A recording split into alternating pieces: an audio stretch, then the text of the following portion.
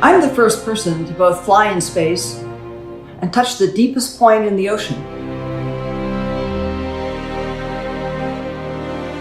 My missions have taken me over 2 million feet above sea level and 35,853 feet below sea level. I have seen things no other human being has, and they've absolutely changed me in a lot of ways. I'm Kathy Sullivan. I'm an oceanographer and an astronaut.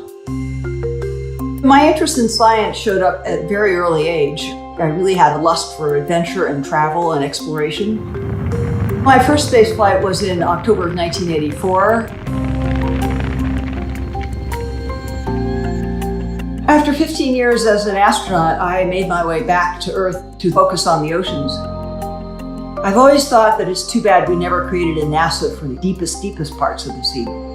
We know more about our moon and Mars than we do about the deep sea. So little is known about the shape of the bottom, so one of the key objectives was mapping the deep sea floor.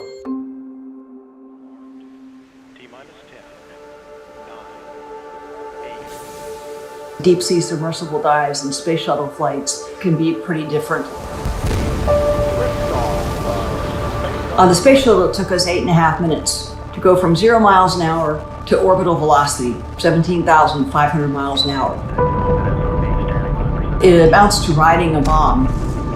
When you get into orbit, you're a couple hundred miles above the Earth. Any direction you look, you can see probably nearly 1,000 miles. You get 16 sunrises and 16 sunsets in every 24-hour day. You're just stunned by the number of stars that you can see. So there kind of isn't really an inky black of space that's anything like the inky black of the deep sea.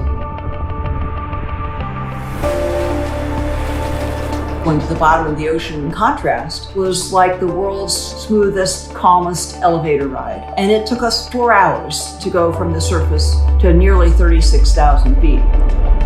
It is kind of like a magic school bus. I mean, you're sitting inside this cozy little metal sphere. You might be munching a tuna fish sandwich. And yet outside that sphere, the pressure's about 1,100 times greater than it is here on the surface of the Earth.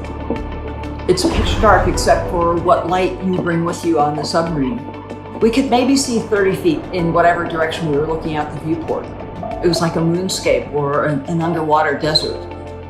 It really is, in a lot of ways, harder to explore and understand the ocean.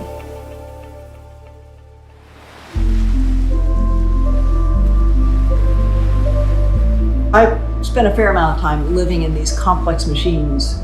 I think intense experiences deepen the value that you put on family, on home. So I look back at my life and I see vastly more blessing and sacrifice to actually have those experiences and to deepen our understanding of our planet and how many ways we depend on it. That, to me, is all blessing.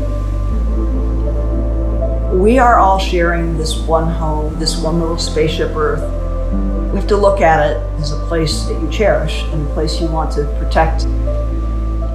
We're on it together, and we're